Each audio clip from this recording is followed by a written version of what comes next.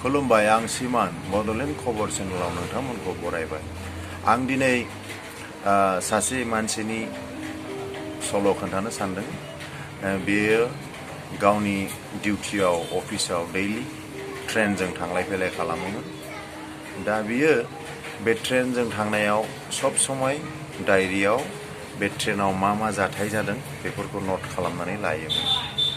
दा ट्रेनावथ' दैलि माने बायहेरायाव थाङोबाथ' दैलि गोदान गोदान एक्सपिरियेन्स मोनोना। दा बे ट्रेनजों ट्रेभेल खालामनायाव गाव मा मा एक्सपिरियेन्स मोनो गोदान गोदान घटनाफोर बेफोरखौ बियो थांनानै न'आव नट खालामनानै लायोमोन डायरियाव। दाना सानसेखालि गाव जे माने कचाव जिरायदों बे कचाव खाथियावनो मोनसे फेमिलिबो दङमोन। बिसोरो गथ' दङमोन। गथ'जों बिसोरो माने जेन'बा गथ'खौ लानानै बिसोरो बिदिनो माने गावसोर गोजायै आनन्द मोनसे मुहुर्तआव दङमोन। दाना बे समावनो सासे दै बथल फानग्राया दै होननानै बुंलांबाय, दै बथल।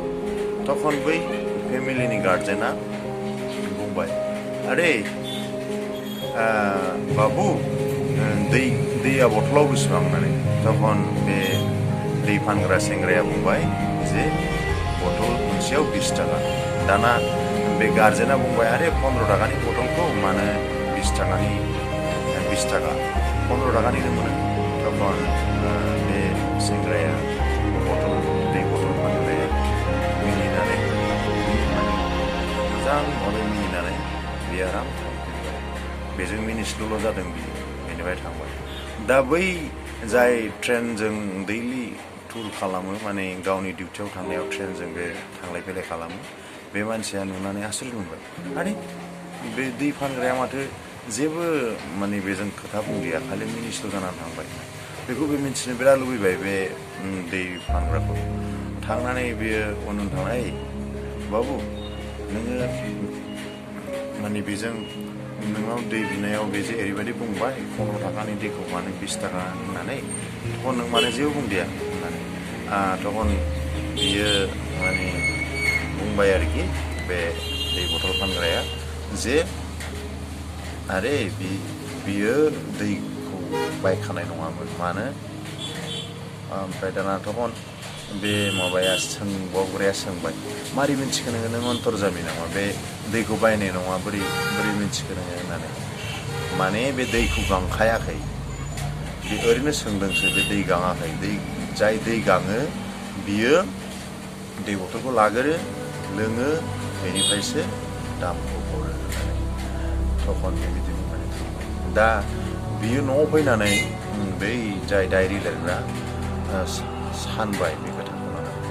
थारमाने थांखिया जुदि एकदम गोख्रोंखाबा, गल नोंहा दंखायोबा जिउआव, सोर नोंखौ मा बुंदों मा बुङा बेखौ लानानै नोंहा खोथा दान्थेनांगौनि जेबो प्रयजनानो गैया। बिदि गोसोआवनो फैया, गोसोआनो जाया।